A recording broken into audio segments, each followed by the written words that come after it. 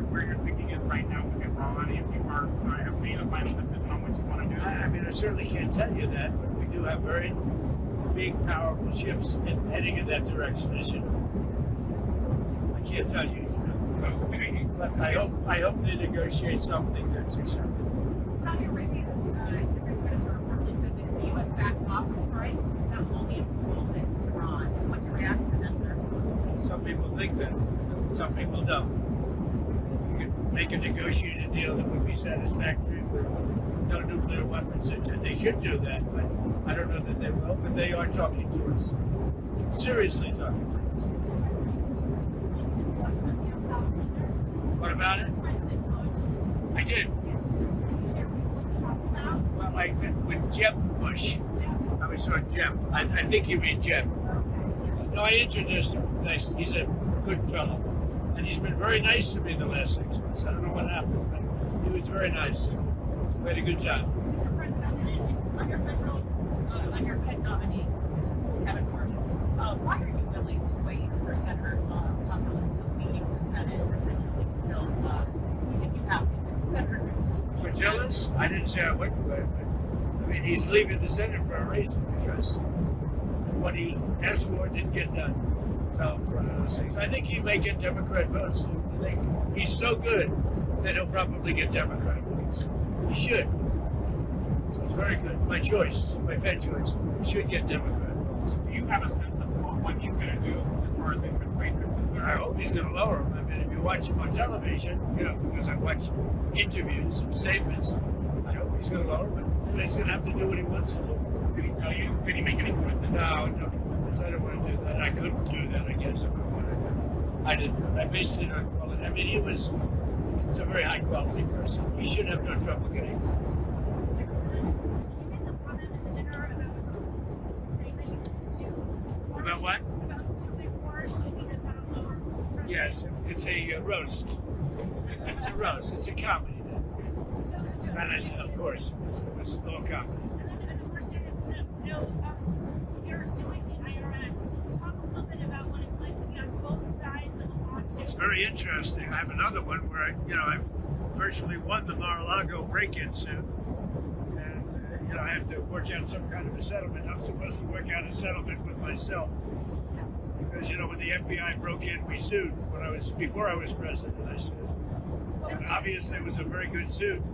And I have that one, and I have to work out a settlement. Well, I think what we'll do is do something for charity. We're thinking about doing something for charity, where I'll give money to charity. We can make it a substantial amount. Nobody would care because it's going to go to numerous, very good charities. You guys have the Tribune today about Minneapolis and how you might not see federal authorities intervene.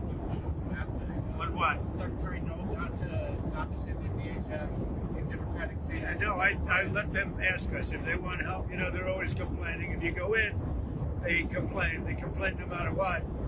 We brought crime to the lowest point in the history of our country. 125 years, 1900. Think of it. Think of that. 1900. Can you imagine? We have the lowest crime in the history of our country, despite the fact that our country was riddled with a lot of bad people from the Biden open border. But we've taken a lot of them out. We're at the lowest point in history. We have the least number of murders in the recorded history of our country. That's incredible. But honestly, the crime-ridden cities are all Democrat-run cities. And if they want help, they have to ask for it. Because if we go in, all they do is complain. But if they want help, they can ask for it. And they're going to need help. Los Angeles is an example. We went in, we solved it. The chief law enforcement officer in Los Angeles said they couldn't have done it without the federal government. A week later, he said they didn't need the federal government. So we don't want that. If they want help, they'll ask, but they have to say please.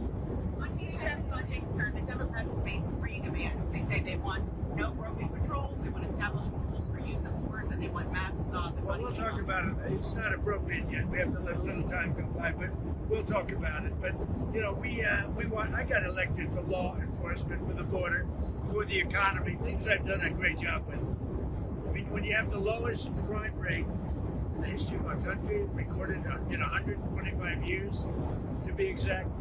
So I fulfilled so much. We'll have to talk about that over the next 3 or 4 days. Mr. President, what did you think of the latest release of Epstein files, and do you think your critics will be satisfied with? Well, they should be, because it looked like this guy Wolf, who's a writer, was conspiring with Epstein to do harm to me. And I didn't see it myself, but I was told by some very important people that not only does it absolve me, it's the opposite of what people were hoping, the radical left. That Wolf was a third-rate writer, was conspiring with Jeffrey Epstein to hurt me, politically or otherwise, and that came through loud and clear. So we'll probably sue Wolf on that. And maybe the Epstein estate, I guess, I don't know, but we're going to certainly sue You want to sue the Epstein estate? Well, you may, I guess so, because he was conspiring with Wolf to do harm to me politically. That's not a friend. On your plan for Venezuela oil, sir? You okay down there? You okay? I don't want to let it top up. You said that the profits will be split with the U.S. and Venezuela both benefiting. What's Venezuela's share of the oil profits going to be? Well, we haven't discussed that, but we're getting along very well with the leadership of Venezuela. They're doing a really good job. We're going to be selling a lot of oil, and we'll take some, and they'll take a lot. And they're going to do very well. They're going to make more money than they've ever made. And it's going to be beneficial to us. We're going to really, I think Venezuela is really going to turn around. I opened up the airspace over Venezuela so that now people from Venezuela came from Venezuela here. They're going to be able to go back for the first time, go back to Venezuela and stay perhaps, or go back and see their relatives, go for a short period of time. Sir, do you think China's going to get their money back for all the money they lent to Venezuela for I don't oil? know. I don't know anything about that, but I'll tell you what, China is welcome to come in and would make a great deal in oil. We welcome China. We've already made a deal. India's coming in, and they're going to be buying Venezuelan oil as opposed to buying it from Iran. So we've already made that deal, the concept of the deal. But China's welcome to come in and buy oil. On Venezuela, do you think that Machado should be able to return to Venezuela? I'd love to be able to do something with it, and maybe putting the sides together, doing something. I think she's a very fine person. But I think I have to say at the same time, the current leadership is doing a very good job. Did you have any knowledge of the arrest of Don Lemon before it happened? Did you have any conversation? No, I don't know anything about the Don Lemon thing, but he's a sleazebag. Everyone's known that. It's a washout. Probably, from his standpoint, the best thing that could happen to him, he's getting, he had no viewers, he was a failure, he was a failed host, and now he's in the news. I didn't know anything about it. So what's your response to Claudia Sheinbaum's warning that the embargo or the restriction on Cuban oil to Cuba could cause a humanitarian crisis there? Well, it doesn't have to be humanitarian crisis. I think they probably would come to us and want to make a deal. So Cuba would be free again. They'll come to us, they'll make a deal. But Cuba really isn't a problem. They have a problem. I know so many people from Cuba. But we have a lot of people in the United States right now that would love to go back to Cuba. And we'd like to work that out. What do you want to see from Cuba? I mean, what do you need to see to make that kind of deal? I think we're going to work a deal with Cuba. I think, we'll be kind. We have a situation that's very bad for Cuba. They have no money, they have no oil. Venezuela, they live off Venezuelan money and oil. And none of that's coming now. And then the president of Mexico, President Sheinbaum, was very good. I said, look, we don't want you sending oil there. And she's not sending oil. On your plans for Washington, D.C., sir, the Washington Post reported that you're considering an arch that's 250 feet high. Can you talk a little bit about that and address critics who say that might be a little bit too large for the space? We're considering an arc. It's like the Arc de Triomphe in Paris. So for 200 years they wanted to build an arc. There are 57 cities throughout the world that have them. We're the only major city, Washington, D.C., that doesn't. The circle prior to the bridge, the Arlington Bridge, has been waiting for hundreds of years to have this done. In fact, there are 4 Eagles that got built. But it was interrupted by a thing called the Civil War. and so it never got built. Then they almost built something in 1902, but it never happened. So we have an unbelievable ark that I think will be the most beautiful in the world being built there. It's going to be built there. It's 250 feet. I don't know what the height is. It's just appropriate for the site. We're setting up a committee, and the committee's going to be going over it, but it'll be substantial. I'd like it to be the biggest one of all. We're the biggest, most powerful nation. I'd like it to be the biggest one. And to involve the charity. It's a very exciting job, actually. They've been waiting for many years, just like the ballroom. For 150 years, they've wanted a ballroom. Now we're going to put up the most beautiful ballroom anywhere in the world, as far as I'm concerned. And I could have built a much bigger one. I didn't want to do that. I wanted to be in keeping with. I didn't want it to be taller than the White House, etc. So I wanted it to be in keeping. But it's a really beautiful building, done by some of the best architects in the world. The ballroom. Likewise, the Ark. I think it's going to be great.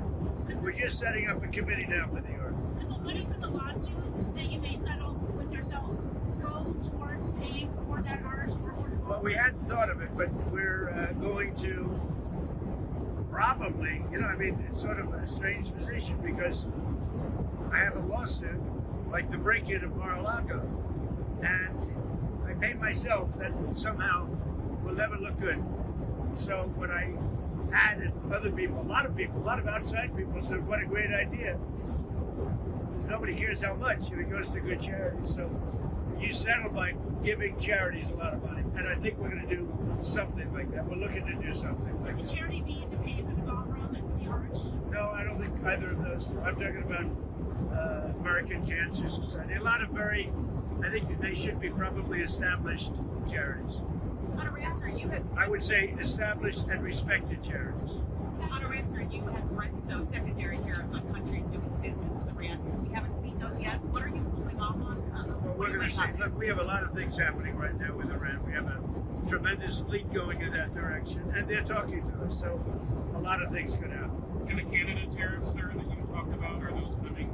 Well, that was on the airplanes. Are you talking about Oh, the no, about airplanes? the China deal that they did. If they do a deal with China, yeah, we'll do something very substantial. Because we're going to have a great relationship with China, President Xi, but we don't want China to take over Canada. And if they make the deal that he's looking to make, China will take over Canada. And the first thing they're going to do, end ice hockey. So speaking of China, sir, there was a military purge in that country a week ago. What do you make of that? Well, as far as you're talking about China? Yeah, As far as I'm concerned, there's one boss in China, that's President Xi. That's the person I'm dealing with. are there any concerns about stability or? No, I think President Xi is the boss. I watch it very closely. And he's highly respected in China. He's the boss. Can I come back to Cuba for 1 second? Who exactly are you negotiating with on the island? Who's the government representative there you're speaking with? Where? In Cuba. Who are you speaking with? We're starting to talk to Cuba. Yeah, we're starting Can to. you tell us who it Look, is? they need help on a humanitarian basis, and we're starting to talk to Cuba. Don't forget, a lot of people that live in our country are treated very badly by Cuba. And we want them to be, they all voted for me, and we want them to be treated well. We'd like to be able to have them go back to home to their country, which they haven't seen their family, their country for many, many decades. So we'll work that. I'll be able to work that out. Yes. Do you have any update on what's happening with Greenland negotiations? Have you had any contact with Presidents Macron, Sardar, some of those European Are leaders? you talking about on Greenland? Yes. On Greenland? Yeah. We have started a negotiation, and I think it's pretty well agreed to. I mean, they want us to do it. I think it's going to be a good deal for everybody. Very important deal. Actually, from a national security point of view, very, very important deal. I think we're going to make a deal. Mr. President, back to your post on ICE protests, what did you mean when you said people will suffer an equal or greater consequence? If they do anything bad to our people, they will have to suffer. I'm sorry. If they start spitting in people's faces, punching our people, punching our soldiers, our patriots, they will get taken care of in at least an equal way. They're not going to do that. Like, you see it, the way they treat our people. And I said, you're allowed, if somebody does that, you can do something back. You're not going to stand there and take it. If somebody spits in your face, that will not be a pleasant thing for the person that spits. We're not letting people spit in our soldiers' face as they stand at attention, and they're not allowed to do anything. If they throw bricks at a car, at one of our vehicles, and are very expensive vehicles, they're going to be met with very, very serious force. Sir, do you think it's good having lots of cameras on these kinds of incidents between law enforcement and the people? I think it would help law enforcement, but I'd have to talk to them. I'm going to be talking to them tomorrow. Actually, I think it would help law enforcement. That works both ways. But I think overall, I think it's 80% in favor of law enforcement. Who are you talking to tomorrow on law enforcement? A lot of people. Well, I'm speaking to Christian, I'm speaking to Tom Logan, a lot of people. We have it in good shape. And Minnesota crime is way down because of what we've done. We've taken out thousands of criminals. What we want in Minnesota, we want them to open their jails and give us their criminals, and we're gone. That's all we want. And they're going to have to do it. How are you feeling about Secretary Noakes handling the matters in the last week? Well, she's did great. I mean, we have a close border. We've taken out thousands and thousands of killers and murderers and everything else, removed them from our country by the tens of thousands. And we have the crime rate that's the lowest in history. I didn't do the crime rate stats. It just came out yesterday that we have the lowest crime rate in the history of our country. So how's she doing? I think she's doing well. She's a good person. She works hard. Tom Homan is a star. He's incredible. I mean, the guy's incredible. He's got an unbelievable, he's tough, and yet everybody likes him, both sides. So he's been great. But he said to me just tonight, he said, look, they've got to open up their prisons and give us their criminals and their murderers and their drug lords, and we'll take care of them. And that's why crime is down in Minnesota, not because of anything they did, it's because of what we did. Same thing in Chicago. We have crime down in Chicago, and most people don't even know we're there, but we're there doing a good job. We have crime down all over the nation. Thank you very much, everybody. Thank you, sir.